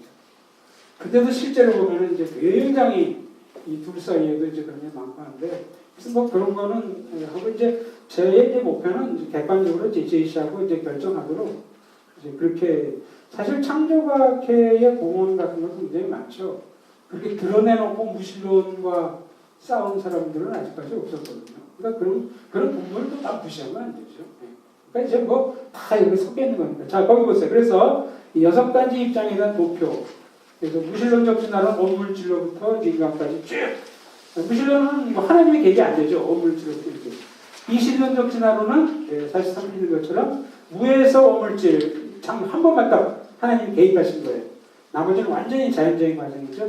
급진적 유신 진화론은 최소 두 번 이제 창조 이제 그리고 무기물에서 유기물 요때만 하나님이 창조가 했다고 이제 보는 거죠. 그러니 급진적 유신 진화론은 몇 번도 하나님이 개입할 수 있지만 이게 최소적인 거예요. 복음주의적 유신 진화론 보세요. 이것은 이제 무에서의 창조. 그다음에 무기물에서 유기물의 창조에 하나님이 개입했다는 쪽으로 보는 유신 진화론자들이 많습니다. 아주 드문 사람들은 안 그렇게 생각하지만 주로 그런 사람들이 많아요. 그리고 동물로부터 쭉 와가지고 몸은 이제 유인원을 이제 사용한 것이고 영혼만큼은 하나님이 창조했다고 보는 거죠. 이게 지금 복음적 유신 진화론. 점진적 창조론은 아까 이제 이야기한 것처럼 그 원물질에서 쭉 해서 무기물을 이걸 다 하나님이 개입하는데 그 다음에 모든 종이 생길 때마다 하나님이 개입해요. 다 창조하는 거예요. 근데 그 사이 기간이 긴 거죠. 아까 얘기한 것처럼. 그 사이 이제 기간이 이제 긴 것이고, 인간은 말할 것도 없이 몸과 영혼이 다 하나님 창조해 보고, 즉각적 창조로는 그래서 점선으로 제가 해놨어요. 시간이 길지 않다는 거죠. 그래서 이것은 길어봤자 6일 동안에 다 각 종류대로 하나님이 창조했고, 여기 지구의 생성과 우주의 창조도 다 같은 거예요. 보통 1일에 다 된 거를 이제 그렇게 이제 생각을 하죠. 그러니까 이제 그 연대 기간으로 얘기하면 우주론으로 가면은 즉각적 창조론하고 우주론이 뭐 46억 년하고 6천 년, 뭐 2만 년이 굉장히 차이가 많고 지질학적도 이제 꽤 많지만 이 우주론이 엄청나게 차이가 길어요. 인간의 창조론도 인간을 언제부터 보냐 때문에 또 기억이 많고. 제가 참고 자료를 소개한 것은 여기서 흠어도 156번에 얘기했지만 여기서 소개하는 자료는 이 6가지 입장 중에 어느 하나를 부각시키는 그런 책이 아니에요. 그런 책들은 뭐 수도 없이 많습니다. 그 책이 아니고 이런 여러 입장들을 비교 분석을 대조시킨 한꺼번에 볼 수 있도록 만든 주로 그런 자료들. 제가 알고 있는 건 모든 걸 이제 그렇게 많지는 않죠. 그래서 처음에 영어로만 되어 있는 것은 이제 PCA하고 OPC, PCA나 OPC 이런 데는 아주 보수적인 장르입니다. 소위 프린스턴이나 이런 쪽이 뭐 동성애도 인정하고 여러 가지 쪽으로 갔다면은 PCA와 또 OPC 이런 데는 그 성경이나 이런 데 아주 보수적인 장르인데 여기서도 이제 자꾸 이제 컨트로버시가 일어났어요. 그 컨트로버시 핵심은 뭐냐면 진화론에 대한 게 아니에요. 진화론 이들은 다 진화론 반대하는 입장이니까 지금 보수적 장르의 진화론 다 반대합니다. 근데 이제 창세기 입장의 용을 꼭 문자적 24시간으로만 해석해야 되느냐. 여기에 이제 목사들 사이에 심한 게 그래서 2년 동안 스타디 그룹만 했는데 신학자들하고 목사들하고 2년 동안 연구를 해가지고 발표한 것이 바로 처음 자료입니다. 이건 인터넷 들어가면 지금도 다 있어요. 다 볼 수 있습니다. 그래서 여기서는 이제 뭐라고 얘기했냐면은 하나님의 무한 말씀과 웨스트민스터 신앙 고백을 볼 때 창세기 1장에서 얘기하는 요음은 꼭 문자적 24시로만 해석할 필요가 없다. 그것도 주된 견해다. 그런 나머지 3가지 이론도 가능하다. 나머지 3가지 이론이라는 것이 아까 The A-Age Interpretation 이게 이제 점진적 창조론자, 오래된 지구론자들이 받아들인 그 견해니까.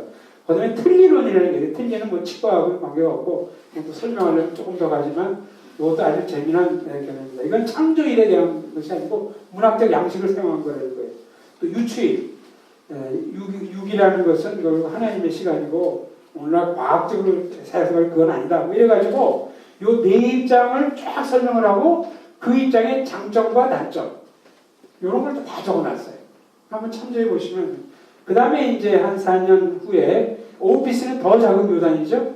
네, 거기서도 이제 또 복수적으로 이걸 했는데 맨 처음이 일상적 길이일 경우에 The Day of Ordinary Length 이게 24시간 그거죠.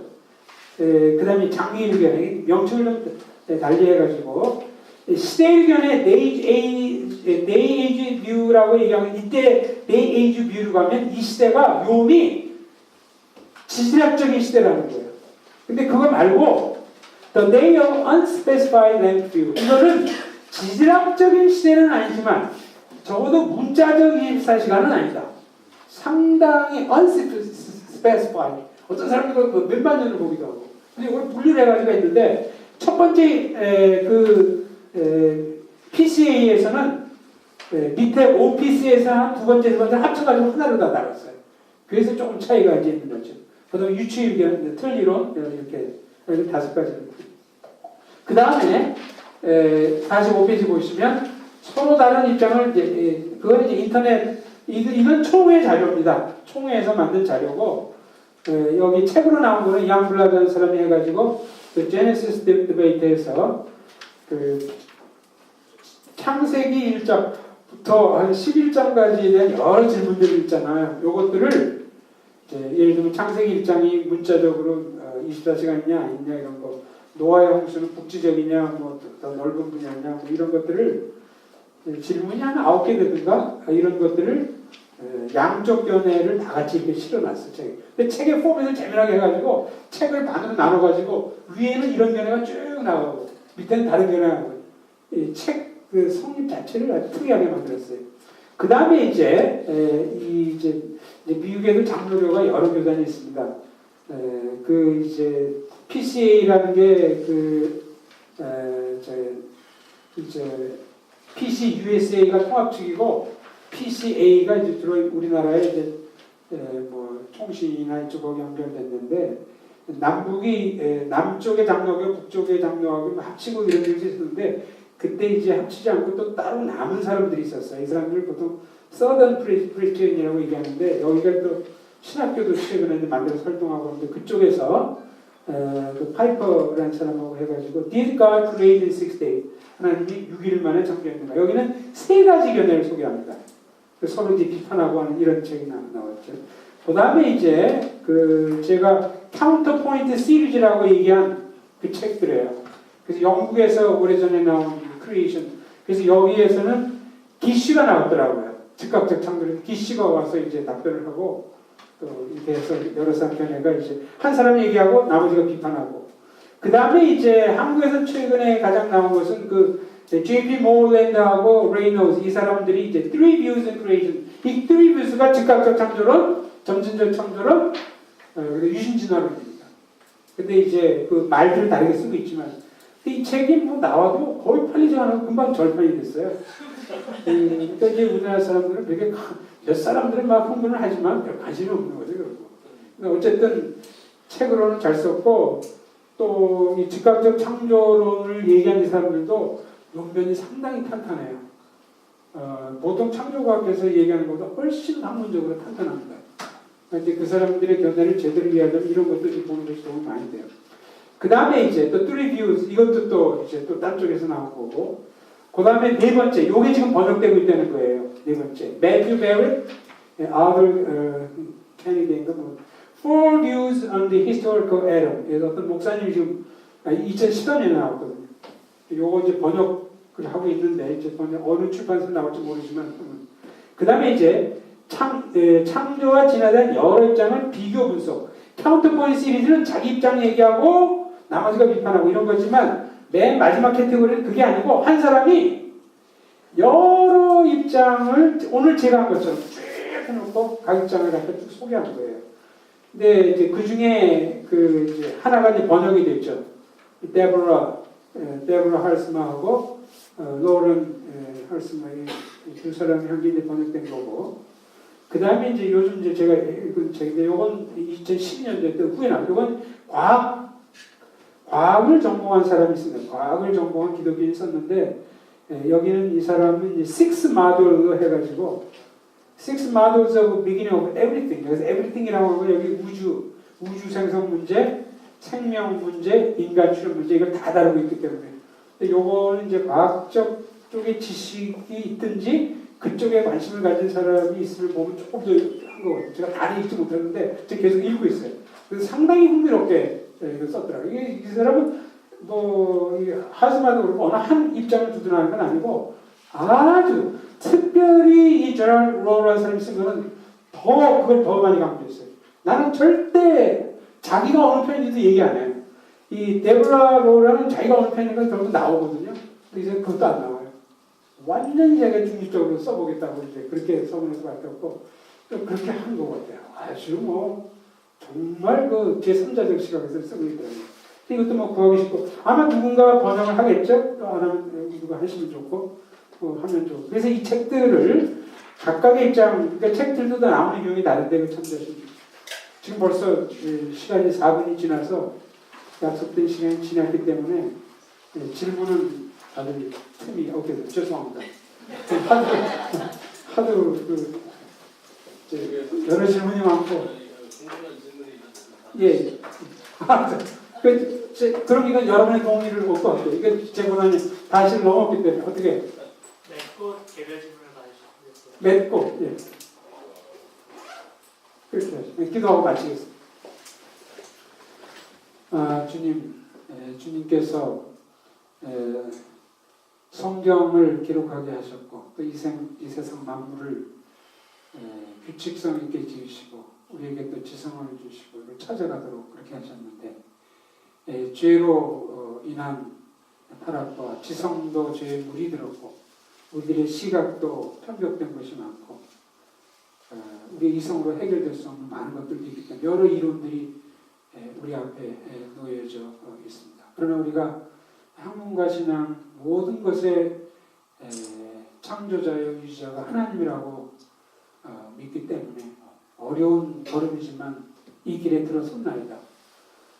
우리에게 한편으로 명료하고 확실한 것들을 추구하면서도 또 한편으로는 더 사랑과 또 용납과 이런 자세로서 공동체를 꾸려갈 수 있도록 도와주시옵소서. 아, 특별히 이 한동 공동체가 이제 하나님을 위한 공동체로 되고 여러 종류의 신앙 패턴과 여러 교단으로부터 여러 신앙 경험 없는 분들이 이제 모여 있는데 어떤 면에서 컨센서스를 마련하고 어떤 면에서는 서로 다름에도 불구하고 포용할 수 있는지 성숙한 각도에서 이런 것을 잘 판단하고 함께 아름다운 그리스도의 몸을 세워갈 수 있는 아름다운 대학으로 삼아 주시옵소서. 우리 주 예수 그리스도 이름으로 간절히 기도합니다.